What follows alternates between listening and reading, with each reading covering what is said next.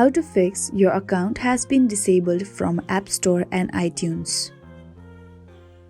Let's jump right into the steps. First, you want to go ahead and open Settings on your phone.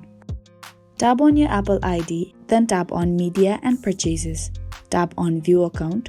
Enter your password, fingerprint, or your Face ID.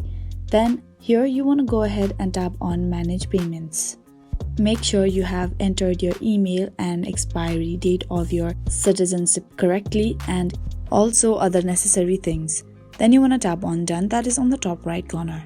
Now go back to the home page of Settings again. Tap on your Apple ID again, and this time you want to go ahead and tap on Password and Security to change your password of your Apple ID. Tap on Change Password.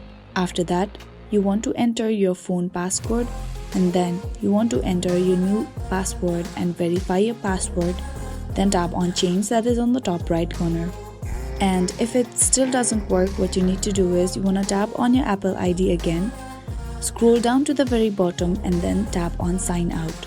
After that, you want to go ahead and sign in again, and you'll be able to fix your account has been disabled from App Store and iTunes.